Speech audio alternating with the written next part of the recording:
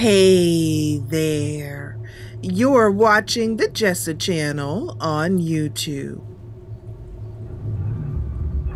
I'm Jessa, and today I am here with the infectious madness of Dr. Dekker.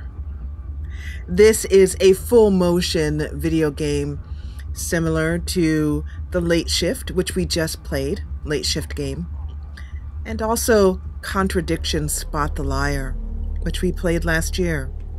And I know many of you enjoyed that game immensely, as I did as well. That game had Ryan Rand, played by John Guylor, and he was our favorite bad boy in that story. And I am very happy to let you know that John Guylor is also in this game. So we're going to get to see his fantastic acting chops at work again. Yay!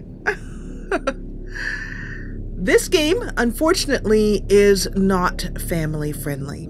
It has some adult themes to it. It's not very violent from what I've seen by any means, but it is definitely one that you want to put the little ones to bed first. Also, the Infectious Madness of Dr. Dekker is available on Steam as of this recording, $9. That is a fantastic deal, considering that if you play the game along with me, which I highly encourage you to do so, you will probably get a different murderer than I will. Yes, the murderer is different. And so you'll have different people that could play it, and it's, I believe, randomized. So we'll see how that works out within the game. But it's going to add a different story for each of us who play through it. Also, I want to thank Deveki Studios, a husband and wife team of Tim and Linda, for bringing this game out for us to enjoy. Lastly, I am going to be role-playing throughout this game as Dr. Leslie. So I will be answering in character as the story unfolds. Shall we dive into the world of the infectious madness of Dr. Dekker? I think we shall, because the doctor is in. The faculty thinks I've gone loopy, like some kind of spongy Mobius strip. That's why I'm here, isn't it, Dr. Dekker? I can see people's dreams. I've set up an experiment. My dad is trying to hurt me. Quantum suicide. Have you heard of it? If I concentrate hard enough, and I know when the person's going to be asleep, I can have the dream with them. Well, let's call him God. He creates this world for his amusement, something he can play with and occasionally alter to suit his mood. It feels like the paintings are watching me. Sometimes, when I walk through a door, it takes me somewhere else. Literally, somewhere else. God loves chaos, but something goes wrong. Man and woman evolve. What was once chaotic becomes, well, more ordered. It starts as a door-to-door saleswoman. Double glazing, probably. Dr. Dekker, I think we both know what you dreamed about last night. I've seen its silhouette changing through the window. Because he thinks I'm evil. Because I can see things other people can't. On the basis the central component of our universe is chaos, science can only document a perception of the chaos at any one given moment in time. I did what you said, Doctor. They arrested me. Which means that at any given moment, we can choose to alter our perception of the world, no matter how much chaos that would cause. I thought you were supposed to fix me. I'm telling you, it's eating people. And you're just laughing. You're insane, Doctor. Listen to me! You're not listening! It's your only bloody job!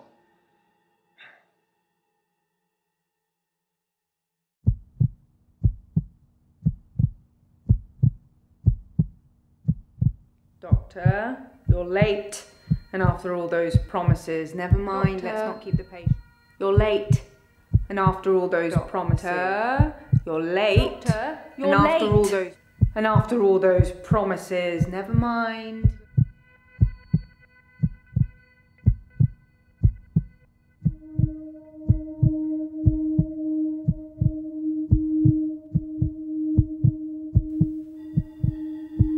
Doctor, you're late. And after all those promises, never mind. Let's not keep the patients waiting. And if you want anything, just... Oh, sorry, I forgot. I'm not going to be here. The police still have some questions they want to ask about, you know. And then after that, I'm dropping in to see Ben. He's still in shock, and I thought we'd show we cared. We do still care, don't we, Doctor? Good. Anyway, I hope you're all caught up on Dr. Dekker's tapes. I think Mariana is in first, but I'm sure they'll all become a blur by the end of the day. I'll see you later. Or tomorrow. Probably tomorrow. I'll leave it to you then.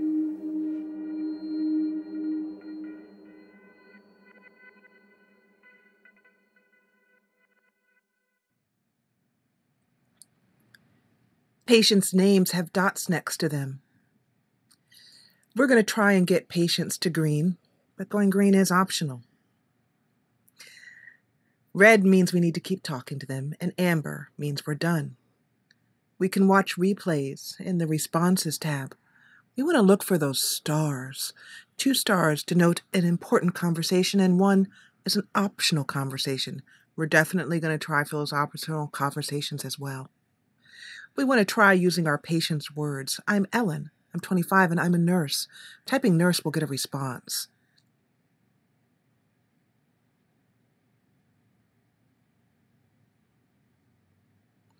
We also want to include a yes or no when answering the patients. This way we can use context. Context will keep the game from getting confused as to what we're trying to say. Going green is very hard. I'm going to show you before we jump in. We're going to head here to the options. In this build, which just came out, this new patch, they added in subtitle hints, which I have decided to keep on. I believe it will help us move more quickly through the story and keep the amount of guessing that I need to do that will slow the Let's Play down. We'll keep that to a minimum.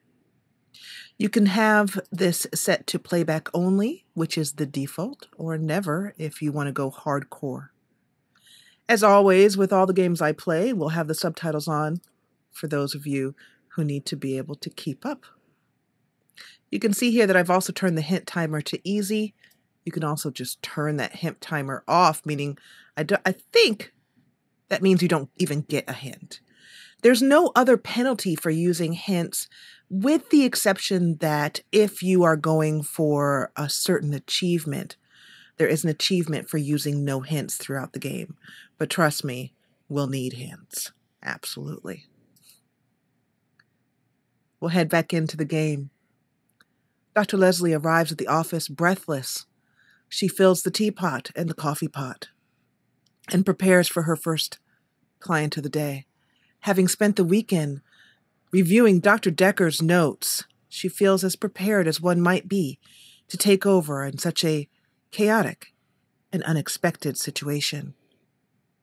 Her first client is Mariana.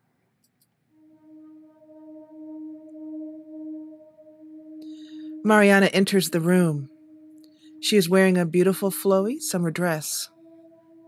And despite her smiling face, she seems troubled. Dr. Leslie crosses one leg over the other, leans forward and says, "Good morning, Mariana. I'm Dr. Leslie. How are you today?" That doesn't really mean anything to me.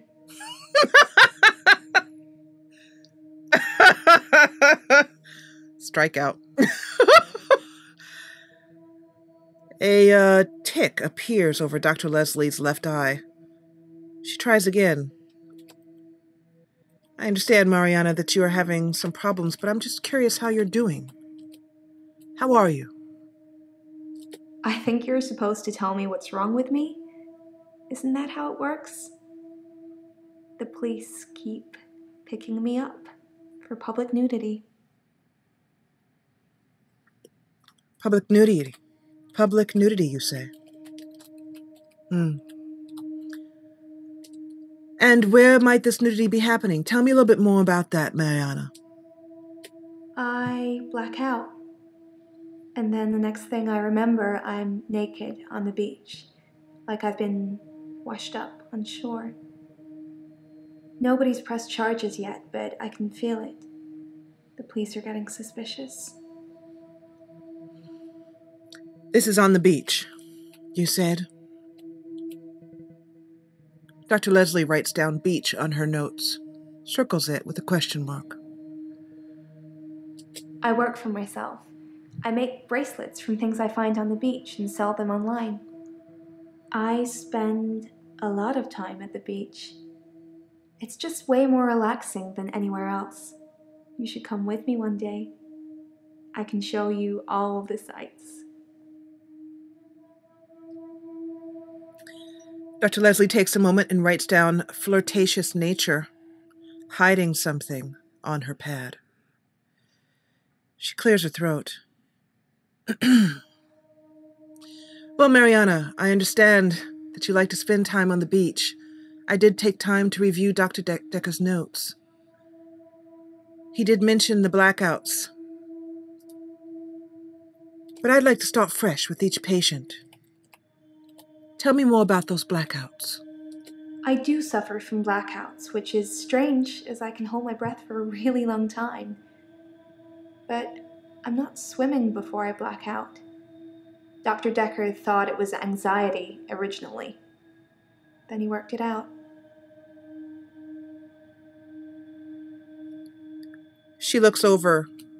Mariana looks over questioningly, almost daring the doctor to figure out or guess what what he worked out. Dr. Leslie is not going to take the bait, and she narrows in on the anxiety. Dr. Dekker thought I had generalized anxiety disorder, GAD, because of the blackouts. He thought I was breathing badly. Do you think I'm breathing badly? If I find signs of such, Mariana, I will make sure and do a proper test. Lungs, heart, that sort of thing. But for now, we'll stay focused. You had mentioned Dr. Dekker, that he had found out a possible cure, but I'm curious as to what your impressions of Dr. Dekker were yourself. Was he a good doctor for you? Dr. Dekker was fine. He had good relationships with his patients as far as I know. I'm not sure why anyone would want him dead. And as we come up to the last of our time with her, as we're going to try and get through all 5 patients in this episode, the first episode, Dr. Leslie's first day, let's ask her if she has sustained any injuries. No, nothing like that. I usually wake up on my side like I've been sleeping. Sometimes I'm partially covered by seaweed. That necklace that she's wearing is fantastic, and I actually tried, and we'll see what happens, to ask her about the necklace, seeing as it's very Lovecraftian in nature. That's not really helping with my blackouts. And she had nothing to add. Mariana, I will see you tomorrow. Thank you very much for your time. We'll dive more deeply into Dr. Dekker's findings at that time. And Mariana leaves the room. We'll next bring in Nathan.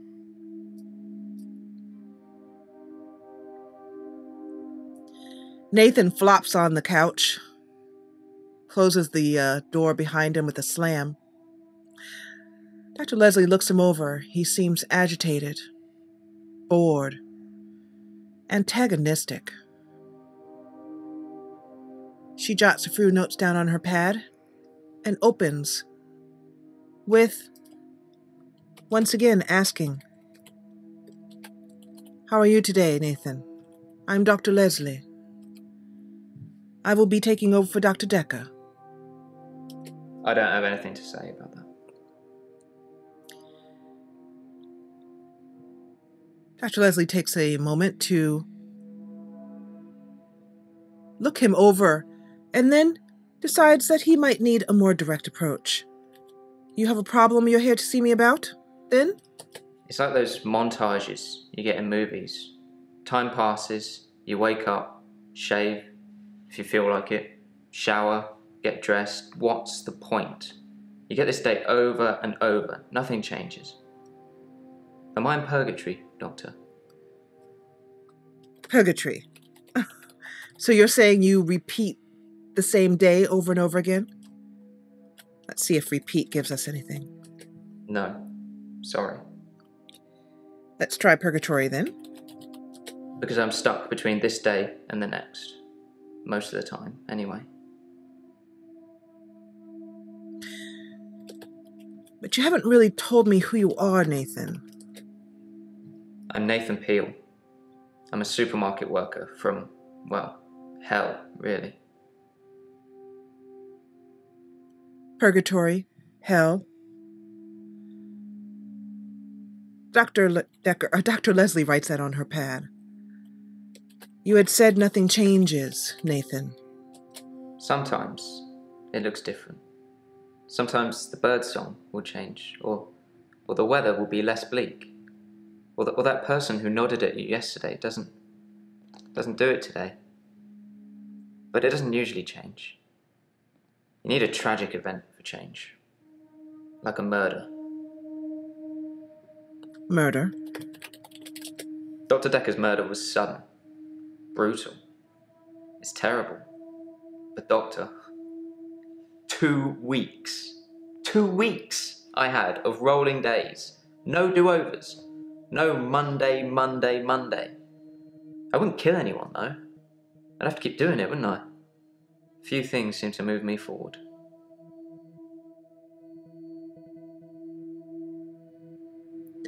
I see. 2 weeks, so he was successful to some degree.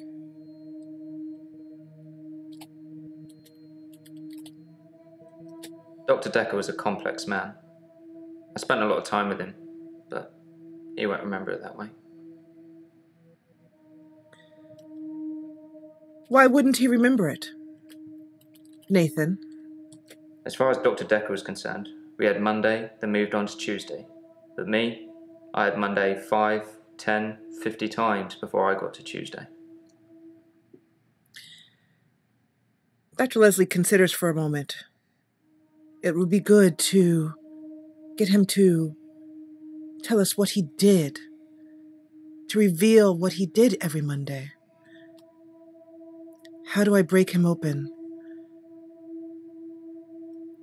It seems that you had talked about a tragic event. I didn't see the driver. It was my fault. I pulled out and the lorry just rammed me. Well, Hannah. She was sat next to me. I was in shock, obviously. And when I came to, she was so close to me. It was like she was trying to hug me. But it wasn't right. Not natural. Bits of metal pushing through her. That was 5 years ago.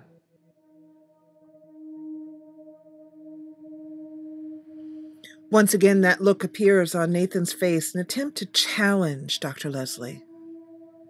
Could she match Dr. Dekker's prowess, as it were? Did she have the skill? Nathan, I believe that that's all the time we have for today, but before we go, you'd mentioned that it wasn't your fault. I want you to think about that. It is very possible that it is true. I was fine for quite a while after the accident. Well, being treated for depression. I thought I was cured. It was only recently after meeting Dr. Dekker that I had a strange deja vu. I'm exhausted. Doctor, is our time up? It is, actually. Thank you, Nathan. I will see you tomorrow.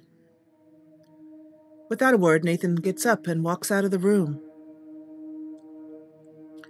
After some time for some 11s, a refreshing cup of tea, Dr. Leslie notes on her pad that Bryce is next. At that moment, she hears the waiting room door open, and he enters. He's a tall man, thin, wearing a white shirt and jeans. He's curious and angry. Who are you? I am Dr. Leslie. I have Dr. Dekker's notes and have taken over after the tragedy. However, I'd like to know more about you, Bryce. I'm Bryce Hemmings. You must be the new doctor. Did you know Dr. Dekker? So, did you know Dr. Dekker is bolded? I think that might mean that it's a hint. Or an opportunity for a question. I'm not sure. Anyway, yes, actually, Bryce, I did know Dr. Dekker.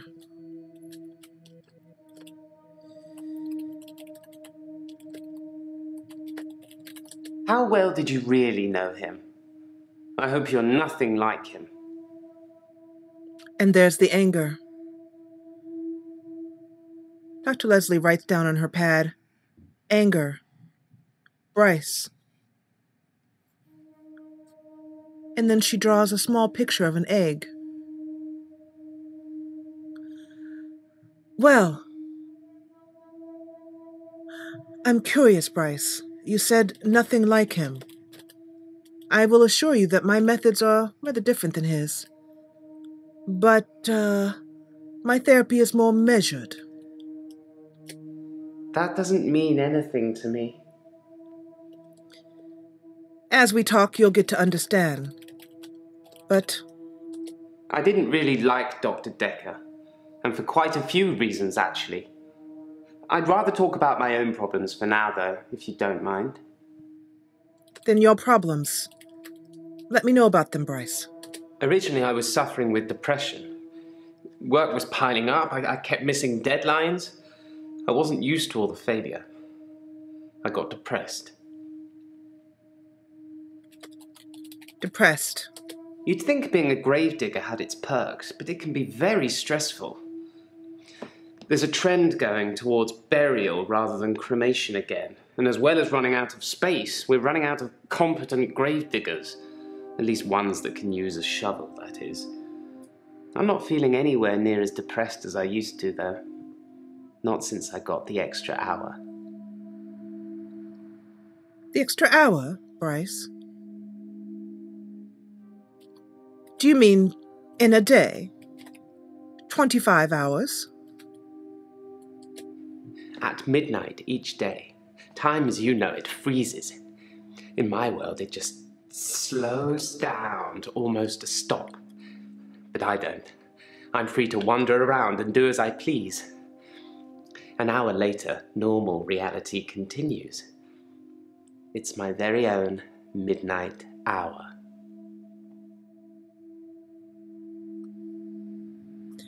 At midnight, you're able to walk through the world, while everyone else is frozen in place. It's a bizarre thing to know you have an extra hour every day.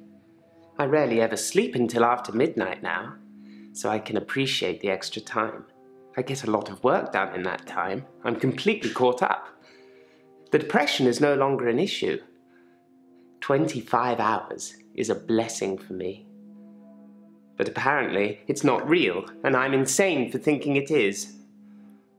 What do you think, Doctor?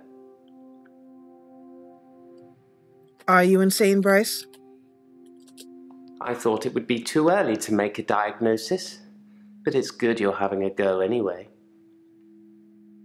A small smile appears on Dr. Leslie's face. You're very clever, Bryce. I see you have that camera there.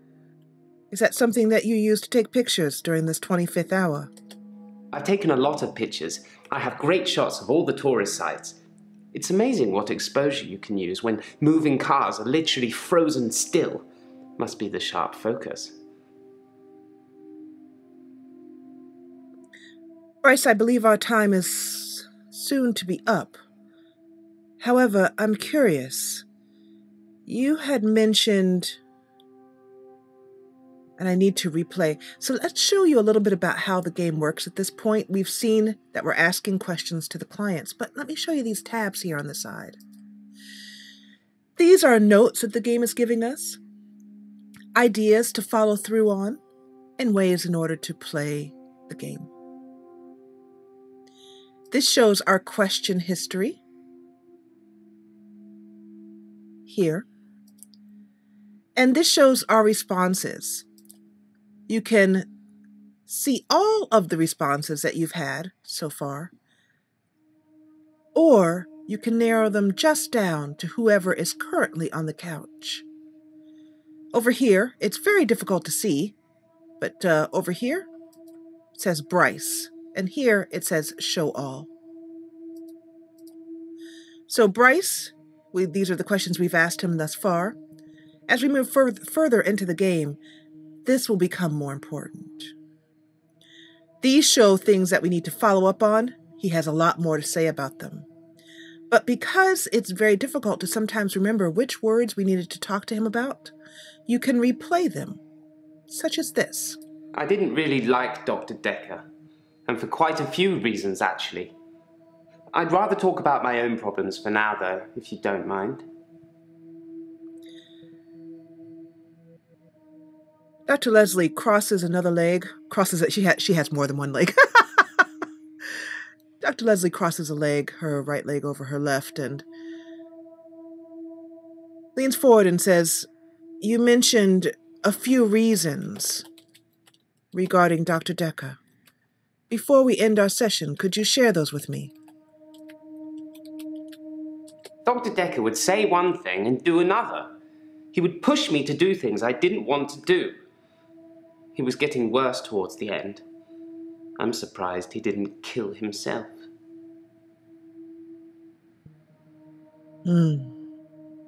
So it's certain that it's not suicide. Well, Bryce, thank you. I will see you tomorrow. The receptionist is not in. You'll have to see yourself out. And that brings us to Claire. At this point, Dr. Leslie takes a hearty lunch. For her, hearty is a seaweed salad. Sometimes she'll switch it up and have a Caesar. Dr. Leslie is a very thin, tall woman, bony, angular, with long brown hair that's a bit scraggly in the back, I should say. She has a habit of constantly pushing her hair back behind her left ear. After she has had a moment for lunch and come back into the office, which is eerily quiet since the receptionist is not in today, she sees Claire in the waiting room and invites her in.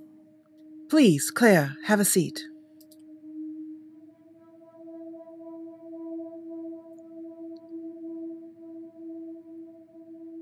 Claire sits down with a glass of water. Dr. Leslie notes that Claire is, the best word would be defiant. Not just angry, furious.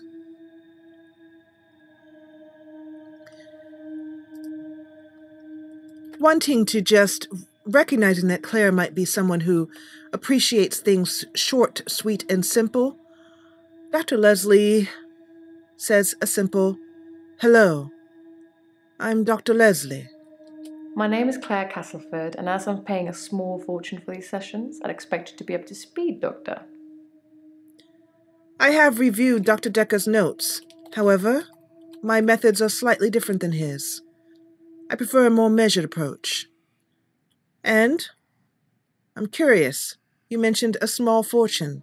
though I find all rates to be rather reasonable, I would say. Being rich has its perks, but honestly, I would give it all up in a heartbeat if it could free me from this madness. Madness? Now, madness was not italicized, but I'm going to try it anyway. I'm in a bit of a predicament, Doctor. I'll get to that. Well then, what would you like to talk about then? What are your problems? What is concerning you today? I should have divorced him. I wish I had. So much could have been avoided. Who is him? Your husband? I'm obsessed with my husband. It's absurd, really.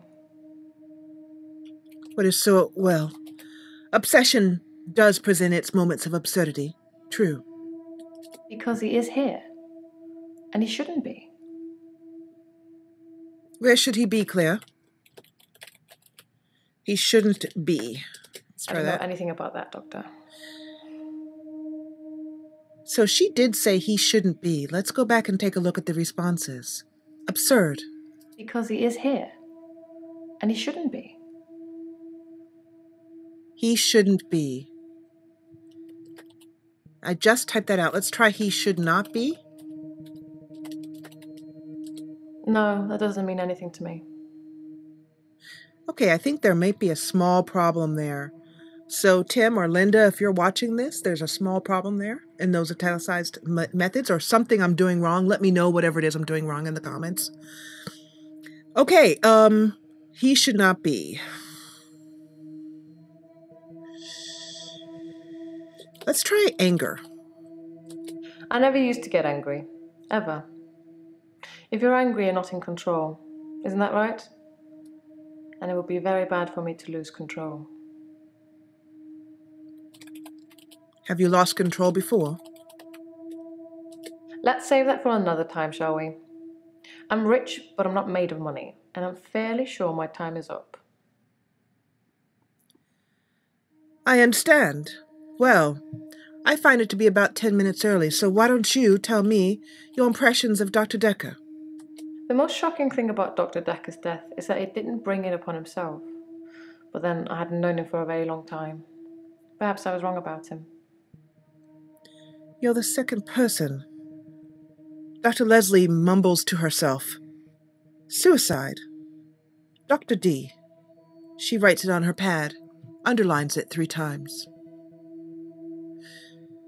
So, he didn't bring it upon himself. Bring it on himself.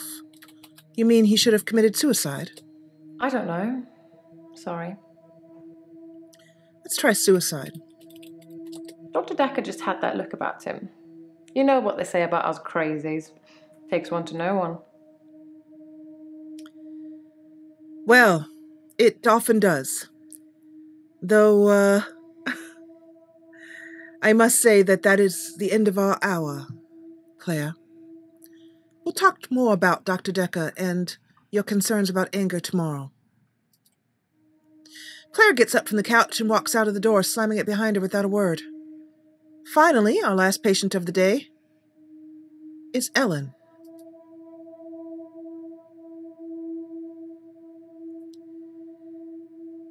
Ellen is dressed in a blue sweater, short sleeves, a pretty necklace.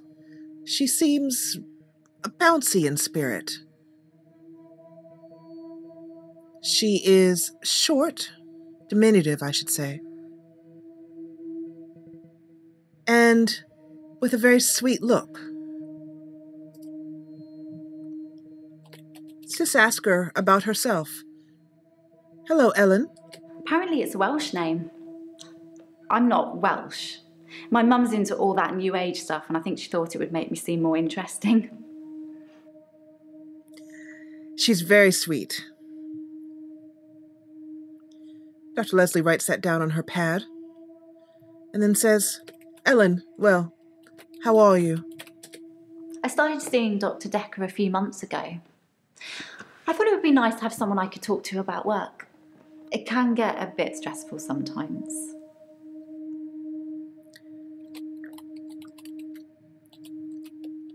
Dr. Leslie notes the stress around Ellen's eyes. Though her mouth and her smile, her countenance seem calm, her eyes show more than that. It can be sad sometimes. I don't like losing a patient, but that's the job. I don't get stressed about it or anything. Are you sure you don't get stressed? Stress is a normal response to losing a patient. It's not the job that stresses me. It's the people I work with, the other nurses. They're mean to me. So you are a nurse? I feel really bad I can't answer your questions. I like animals. Let's talk about that. Let's try spelling that correctly. I work in a nursing home for the elderly. I basically do end-of-life care. So your patients are coming to the end of their life, so death would be a normal response to the end of the life. The usual things. Making sure the patients are comfortable, making sure they're not in any pain, and I talk to them. I keep them company. Some of them get pretty frightened about what's coming.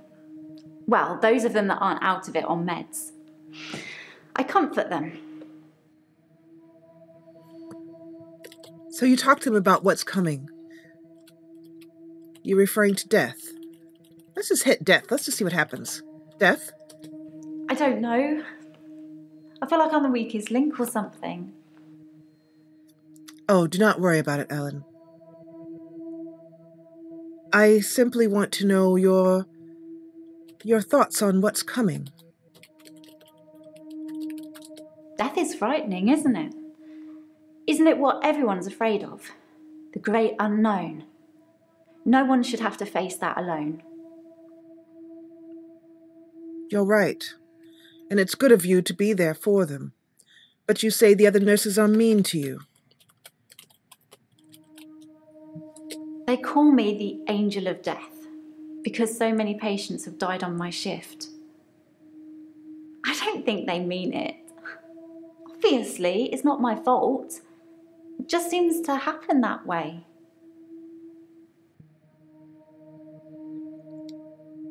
Dr. Leslie looks down and notices that she has been absent-mindedly sketching a picture of wings. Angel of death. They're old. People die when they're old. I mean, medically speaking, it's heart failure or organ failure or pneumonia. They're all natural causes, though.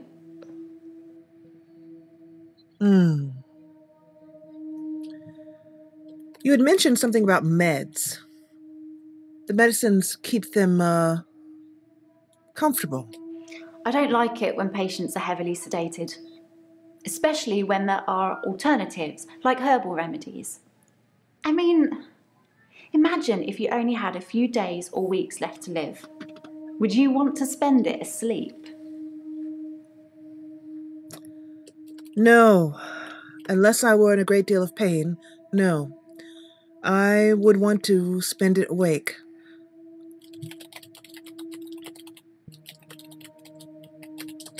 Exactly. I feel like it's almost criminal. Like you're robbing people of their last moments on Earth.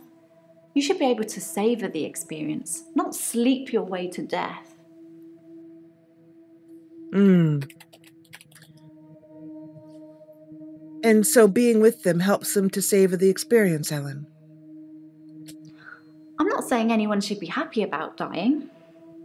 I've seen lots of people die, and it's a special moment. There's literally nothing else like it. Suddenly changing tack, Dr. Leslie asks about Dr. Dekker. I've known a lot of doctors over the years. Most of them arrogant idiots who think nurses are just there to do their bidding, or worse. Dr. Dekker was different. He had a lot of time for me. He was interested in my problems. Dr. Dekker was different. That's what I've gathered throughout the day in speaking with many of his patients. My style is more measured than his. He was a bit offbeat, but yeah, I liked him. But then I like most people. Well, it does seem that is the end of our time, Ellen. Let's ask her one final question. We'll head over here to responses and see what it is that we might want to... I want to talk more about these meds. I don't like it when patients are heavily sedated, especially when there are alternatives, like herbal remedies.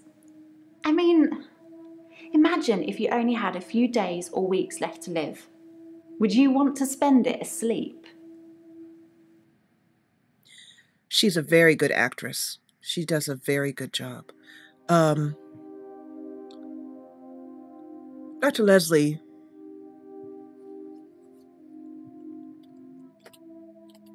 there's one question, she says, that I'd like to ask you.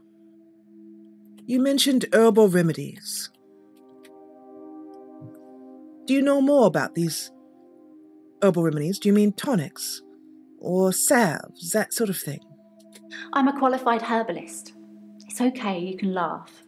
Most people think herbalism is a joke. But I'd much rather help my patients sleep at night with valerian or passion flower than lorazepam, temazepam or zolpidem. I'm very curious to ask the actress, and if I ever get a chance to interview these wonderful people, if she had a hard time getting that last line out, because she did a great job with that. I would have stomped that line, basically. So, Ellen, it does seem as if our time is up. But it was a pleasure speaking with you, and I will see you tomorrow. At this point, Ellen gets up and walks out of the room, and that takes us to the main menu and the end of episode 1 of the Infectious Madness of Dr. Dekker. This is a fantastic game. I cannot wait to see how this goes. This is really, really something. I love the whole concept of being a therapist and being on the couch, and I don't know. As one of the patients said, Dr. Dekker was a bit crazy. It takes one to know one. Well, maybe Dr. Leslie is maybe a little bit off her rocker too. We'll see as we move further into the story. I am so glad you joined me today. If you enjoyed what you saw, please hit the thumbs up button below. And if you loved it, join the party and subscribe. I'll see you back here for more Infectious Madness in the next episode. And thanks, as always, for watching.